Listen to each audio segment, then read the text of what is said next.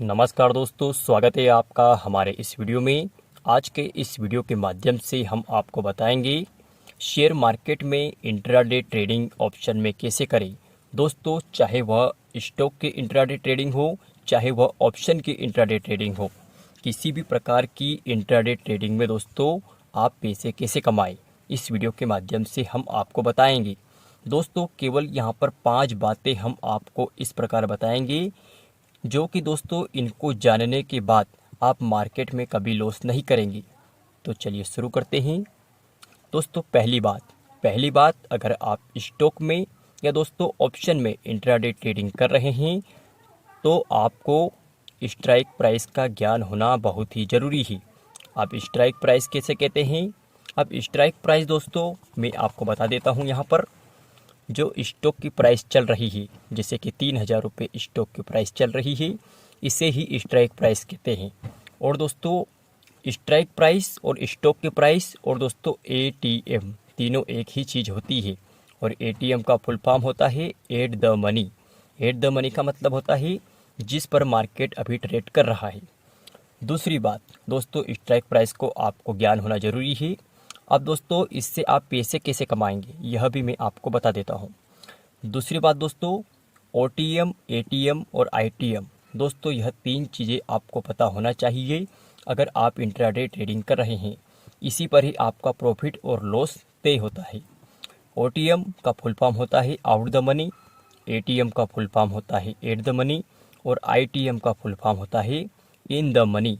Out the money, at the money और in the money 3 प्रकार की मनी होती है।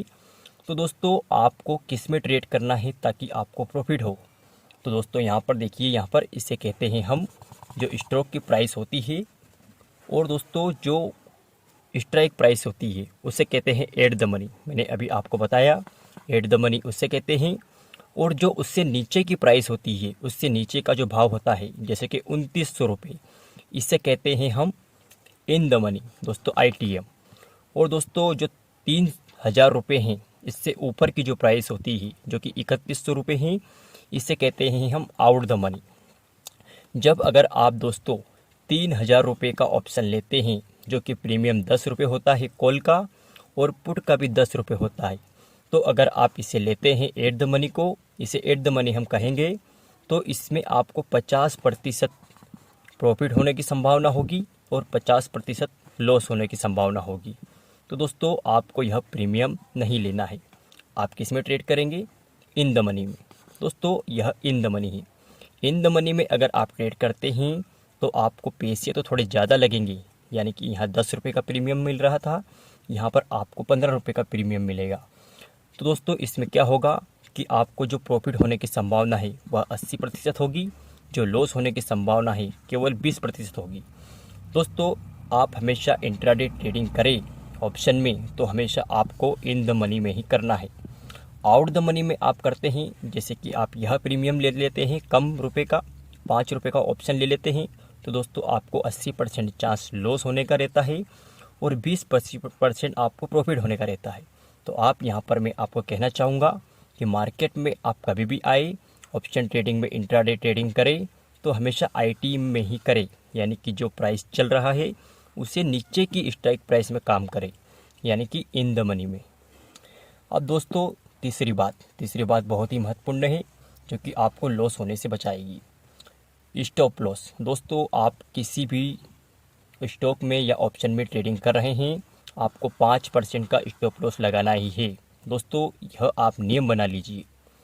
चौथी बात दोस्तों, स्टॉप लॉस तो हर कोई कहता है कि स्टॉप लॉस लगाना चाहिए, लेकिन दोस्तों यह स्टॉप लॉस आपको सिस्टम में लगाना है।